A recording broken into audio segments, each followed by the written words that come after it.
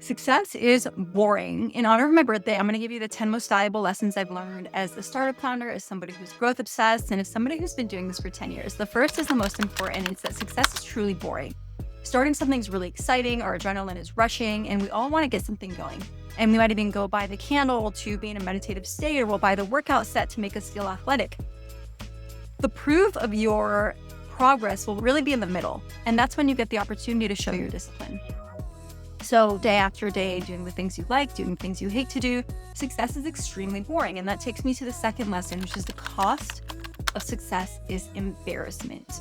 And the price is persistence. I heard somebody say this on TikTok once, the cost of success is embarrassment. I added the price is persistence because it's true. It is really embarrassing to be in the messy middle, not get any recognition or validation for all the things that you're doing, and have to push through every single day, even though it's not that fun. Which takes me to the third lesson, which is that nothing is more expensive than an unregulated nervous system. Fear is really expensive. And when you are looking at something thinking, I'm not good enough to do this, I'm too afraid to do this, and you sit out on the opportunity, there's so much opportunity you've given up on, especially if this is a habit and you're not the first to throw your hat in the ring or one of the first to throw your hat in the ring. You are holding yourself back. It's self-sabotage. The fourth is that your behavior is inextricably linked to your identity. If you call yourself clumsy, you're going to be clumsy. If you call yourself a leader, you're going to act like a leader. When you tell yourself you are certain things, you're more likely to do them. There's this example in Atomic Habits where people who refer to themselves as non-smokers are less likely to take a quick hit of the vape than those who say, oh, I'd rather not smoke today. And so if you're trying to give up a habit, call yourself a non-blank. Or if you're trying to pick up a habit, pick up the title. You're an athlete, you're a racer, you're a leader, you're whatever you are. The fifth was a very hard pill to swallow.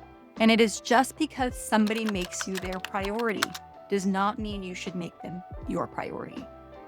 What do I mean by this? I'm on the internet. People like to talk about me. People like to comment. And this might happen in the real life, in the real world too, where people will gossip about me or they'll have something to say. That's cool with me. I let them. I don't really care. They've chosen to make me a priority. There's no world that I'm going to return the favor and make them a priority. What does this mean? Not entertaining the gossip, not responding to it, not trying to clap back, not trying to fight back. I pretend like they don't exist. And as a result, they don't exist. The sixth lesson is that nobody cares as much as you think they do. I think we're all obsessed with this idea that everybody's watching us. It's actually research backed. It's called the spotlight effect. We're obsessed with this idea that everybody's paying attention to us. When we post a video and it gets 20 views, everybody's laughing at us. When we post to YouTube and nobody subscribes, everybody's thinking we're total losers. Nobody cares as much as you think they do. And one day you'll wake up and realize you could have posted the video, you could have written the vlog, you could have shot your shot. And the truth is, you have to shoot more shots than you make. The best soccer players in the world make 30% of their shots, right? The same with the NBA. It's like the best NBA players in the world might make half of their shots. So what this means is you have to shoot way more than you make it. And if you are under the impression that every shot should be a slam dunk, you're hurting yourself. You're self-sabotaging. The seventh is that the antidote to anxiety is often action. We get anxious because we feel like we are not meeting our potential. So we're sitting on an idea, and I can't tell you how many times this has happened where somebody says, Layla, I want to start a podcast, start a company, write a book, start a blog, start a vlog, start a Substack, start whatever it is. And literally 9 times out of 10, when I follow up with them about it or run into them, they don't do the thing. And they're always in shame about it, right? If you come up with an idea and you haven't taken action within 24 hours, the chances of you doing it are very small. So ensure that you have a bias to action. The next is controversial. Number 8 is that failure accelerates success. The faster you fail, the more successful you will be. I've been seeing something around the internet along the lines of, if you knew you had to fail 30 times, 50 times in order to reach your goal, would you fail faster? This is absolutely true. There's this concept called the super founder. The super founder is somebody who has built their first company, gotten venture backed, and it wasn't like killer. It's in a book, actually. The book is called Super Founder. Those founders go on to make usually unicorns and really big companies. So the lady who founded Canva, Melanie Perkins, is in this category. The guy who founded Stripe, Uber, Netflix, there are so many people in this category. And the idea here is that when you fail, you learn something, you develop judgment, and nothing's more valuable than judgment. You either develop judgment by listening and listening really well, or by experiencing things. And generally things don't click. You don't have that tough of an experience to learn so quickly when you're just hearing about somebody else's experience, which is why sometimes we repeat the mistakes of others, even though we know better. But when something happens to us, we're much less likely to repeat it. The next lesson, number 9, is that motivation is snake oil. Discipline is what you need. You do not need motivation. Motivation comes, motivation goes. It's a feeling. And if motivation is what you're chasing, you're going to be in bad shape. So put systems in place that allow you to feel disciplined and be disciplined, whether it is a routine habit stacking, as they call it, after your coffee, you go and you plan your day, or if you have to journal a certain way so that you know how to block your time. There's so many ways to find productivity strategies that work for you.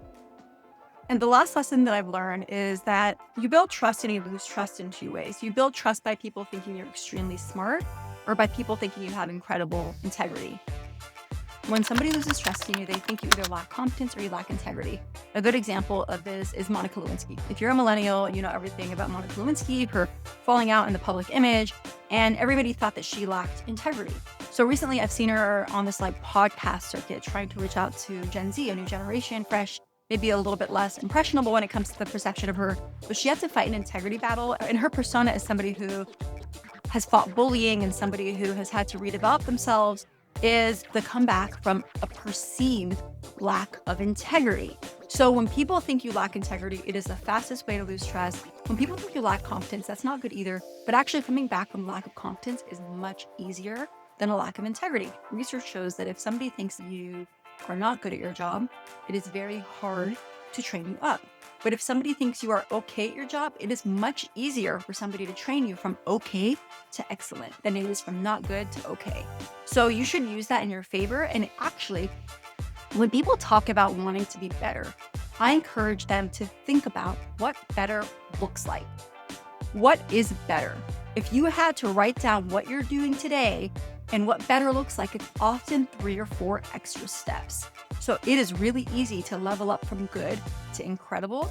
And often a big part of that is how you communicate about yourself. Because again, if you remember one of the lessons, people's perception of you is based on belief. And it's usually the belief you have in yourself. So if you believe you are capable of something, you can either communicate it or imply that you believe you're capable with your body language. As I'm figuring out the structure for these vlogs and YouTube, I'm really curious what you guys think would be interesting content. I have a lot that I could talk about in long form, from the founding of the company, from 0 to $72 million raised, from 0 employees to now, from all the stages of the company. There's so many different things I would love to talk about in long form. I've been doing short form for 5 years now or something, and even though I've gotten short form down, short form doesn't really allow somebody to go into detail. And ultimately, my goal is to whoever it is that my identity resonates with and my accomplishments resonate with, I want to be able to transfer as much of that knowledge as possible. Because I think what we're really lacking in our communities is access, and it's access to that judgment, to the scar tissue, to opportunities. And 50% of the entry-level workforce is female, right? By the time that you get to the C-suite, it's like less than 30%. And minority women are 7 or 8%. This is according to McKinsey. So the truth is, while we are equally educated, regardless of gender, as we get up in the ranks, women have less of an advantage, and women of color have less of an advantage, and you shouldn't be surprised that also men of color have less of an advantage. So unless we really are able to scale these lessons and teach these lessons, we will continue to have a pipeline problem. I'm really excited to do this. I would love feedback, thoughts, comments. I love reading the comments. And I'm actually surprised I haven't endeavored on YouTube. I haven't tried the YouTube thing yet. It just feels like such a bigger lift, honestly. But I don't know. If anybody has tips on how to edit faster, please let me know. I'm going to try to find a few softwares that do it for me. But I'll be able to keep this up if the recording and editing is like a 40-minute process, which I think I could do, honestly. I'm pretty efficient. Are there any other pieces of advice that I missed? What else would you add to the list? And for those of you who are new here, I'm Dana Shipley. I'm an Iraqi American. I'm the co-founder of Wise Systems.